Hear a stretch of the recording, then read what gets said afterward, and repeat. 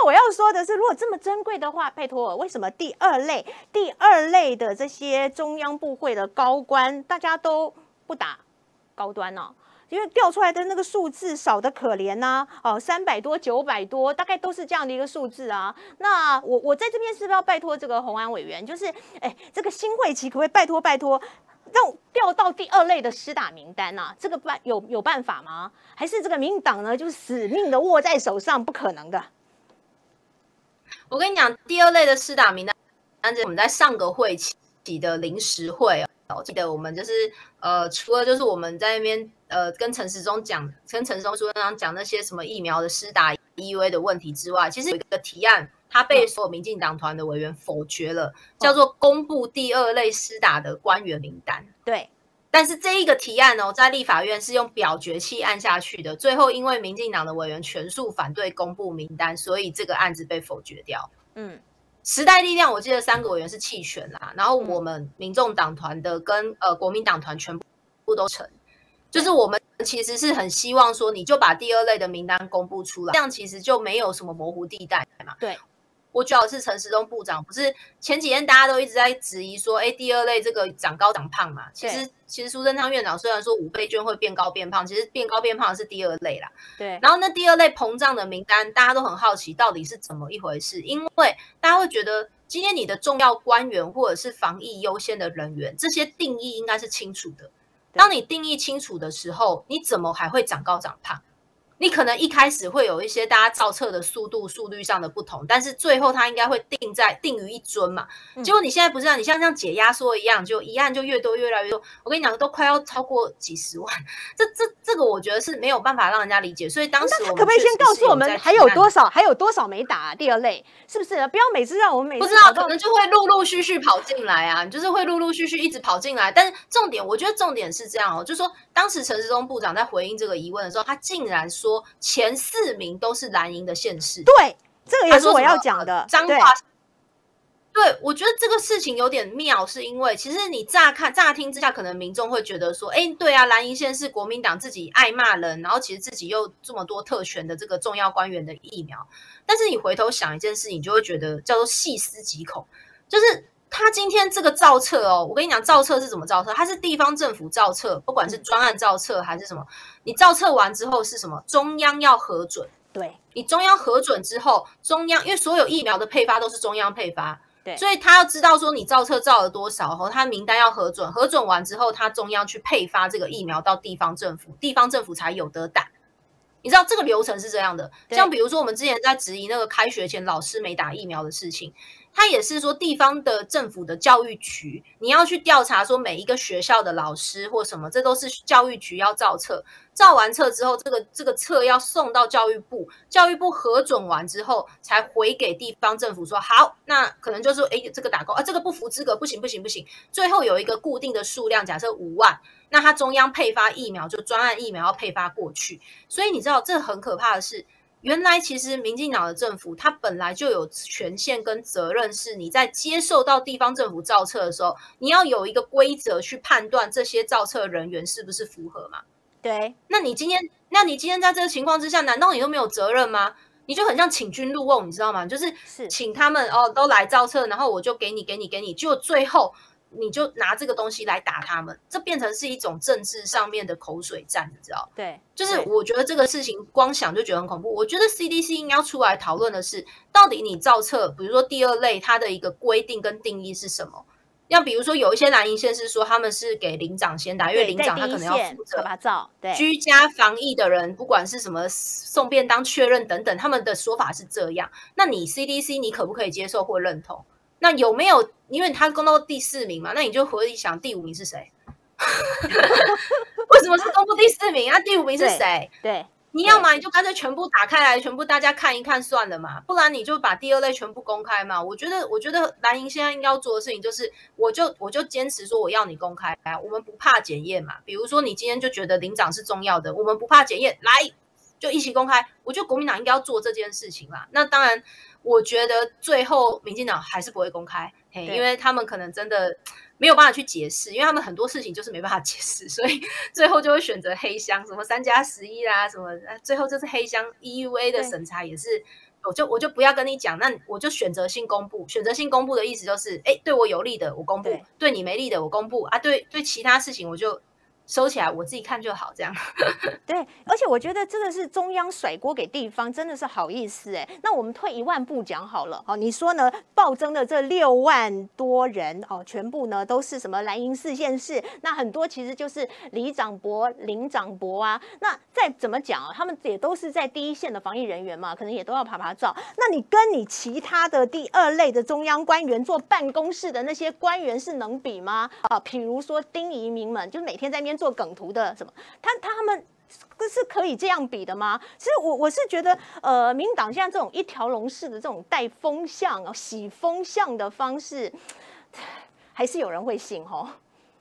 这一定会有人信的啊，因为其实说真的，如果你去看，比如说谢志伟讲那个接力棒的那件事情，其实我们看起来都觉得很好笑嘛，因为我们每天看新闻，你就算不是什么蓝色的、白色的，你是一个完全中间选民，你也知道郭董是一开始讲说要买疫苗的，然后中间经历过什么事情，大家都看得出来。可是你如果去谢志伟脸书上看，确实他底下的留言还真的有很多，甚至还会骂郭董，就是会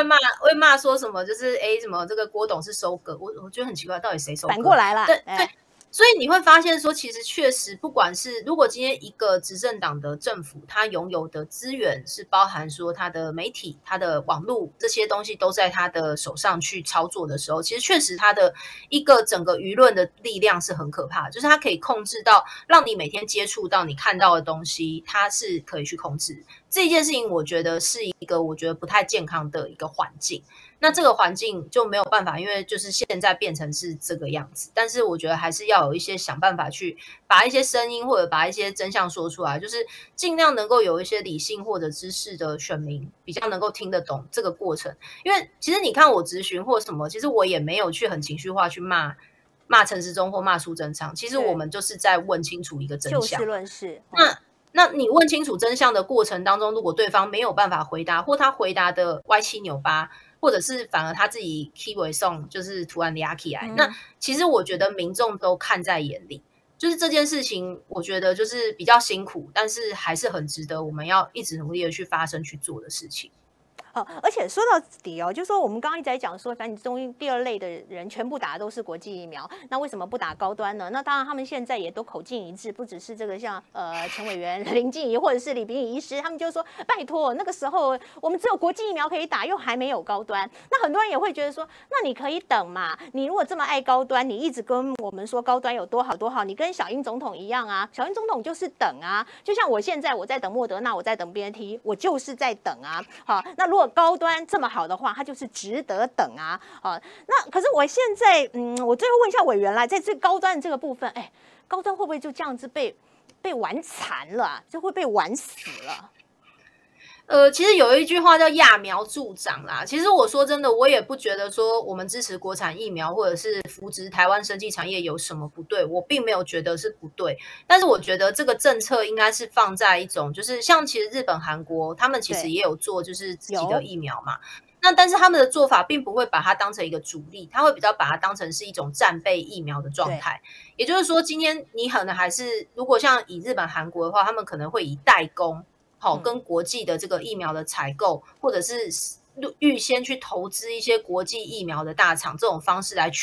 预先取得疫苗。我觉得他们用的这种方式是比较稳扎稳打方式，就是他用代工的方式去做这件事情，或者是用采购的这些谈判。那比较少有是说，就是把这个我们讲说国产疫苗的扶植变成是一个国家的疫苗主力。这个情况是比较特别的。那我当然可以理解的是说，他们就一直讲说什么国际处境啊，我们也已经很努力在催货，但是我觉得这东西都是一个很难去判断你到底是不是真的有国际的压力。这件事情我觉得我还是打问号，因为我看不到一个什么样的状况是告诉我们说，今天你买武器都买得到，买军火买得到，结果你买不到疫苗，这个其实大家都会觉得很怪嘛。那如果说今天真的是中国处处打压或什么的，说真的，你把这个证据拿出来的时候，其实我们的民众会更加的理解原来你受了这么多委屈，而不是每一次只要讲到的时候就说有人会不高兴啊，或者是什么这个国际上就我们的处境就是这么艰难被打压啊，这些我觉得这个理由是我们没有办法去听得懂的。那再来是说，当然你说这个我们讲说疫苗的这个部分啊，其实未来看高端的这个发展，我觉得大家还是可以再观察一下，因为现在高端就是陆陆续续会有一些事情被大家爆出来。那比如说今天高端它在实验的时候，它排除了很多的就是一些状况22种，但是它在实际上开放施打的时候，它却没有把这22类的这个部分去做提醒。对，其实你的人体试验第2期已经做很少了嘛，就是你的人数很少，只有几千个，跟其他国家的这个疫苗，它做了几万人的测试，远远无法去比较。结果你现在又说能几千人，你本来就已经测不到那种10万分之一、100万分之一的几率的那种副作用，比较难测到，你只能一直不停的去推估。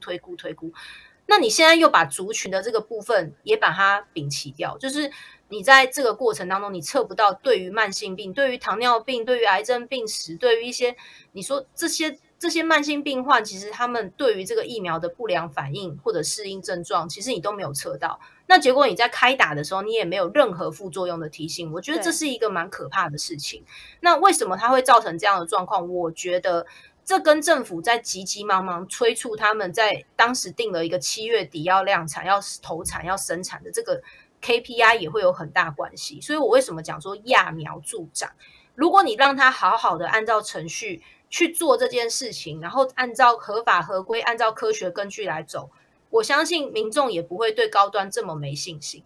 就是如果你是按照合格程序来走，其实真的就是一支正常的按照卫福部食药署规定所出来的疫苗，而不是你处处就是帮他打开一些很奇怪的一些捷径，然后最后让他出来之后，只要有一些什么致死的案例或什么，其实大家的信心度就会立刻下降。我觉得这个其实政府真的要担负很多责任，不是说大家要去黑高端，而是大家会觉得这个过程没有办法让民众觉得有信心，这才是一个最大的问题。对，我觉得是出了事之后呢，那你政府也不探究原因，就是为什么接种疫苗之后会猝死？当然不止高端了，之前还有 AZ 还有莫德纳，但这始终没有给我们一个交代。那甚至还会说啊，这跟疫苗完全无关。好，那高端才打6天就死6个人，这个部分呢，高端也没有吭一声，总统也没说句话，其实会让我觉得很心寒，就是说好像你打疫苗死了就死了，是给我们是这种感觉嘛？那接下来我一直觉得很灰心，因为我问了很多专家或者是委员，他们说其实是医生，就是你解剖出来的你也只是列上死亡原因，但是你并不知道你的死跟疫苗有没有关系，是不是疫苗触发了死亡这个部分，我们不会永远都不知道真相吧？我觉得现在像昨天，其实我有看到李秉颖医师，他对于这个议题的谈话，他就说，其实这些死亡的原因跟疫苗都就是没有直接关系。他是这样说的，所以他是这样说。当时我非常非常的惊讶，因为我会觉得说，就是今天我们看到的这些，比如说打高端疫苗的这些 case， 它可能是相对来讲都是比较年轻嘛，因为你说之前那一批 AZ 或者莫德纳，他可能施打的对象，有可能大部分都比较是偏向是年纪比较大的。那我们也知道年纪比较大的话，其实副作用或者是相对他的一些身体的反应，可能会真的让大家觉得比较容易会产生这种案件。但是今天高端所打的族群已经是下降到就是我们讲说30几岁以下，或者甚至有一些可能是30-40岁，他可能在这个差不多在这个轮次上面。所以你会看到的是说，当然爆出来的时候，指挥中心就会想办法加诸一个慢性病啦、肥胖啦这些东西上去，或者有吸毒的案例等等。但是我们的问题会是在于说，今天到底它是不是跟疫苗的施打有关系？为什么今天他们的家属在要求说这个法医相验的时候，可以再多验一些，比如说一些可能之前高大成法医有建议大家要验的东西是跟疫苗有相关的时候，但是都被拒绝。被拒绝的理由是说验这个没有意义。我觉得很奇怪，是因为说真的，现在不是说今天，当然家属有一个很重要的原因，是因为其实疫苗是有受害救济的，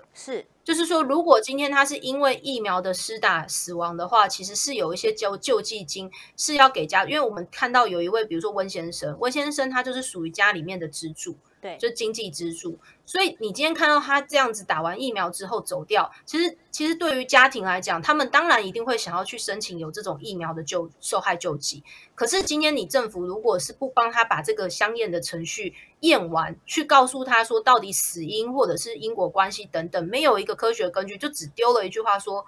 就是没有相关。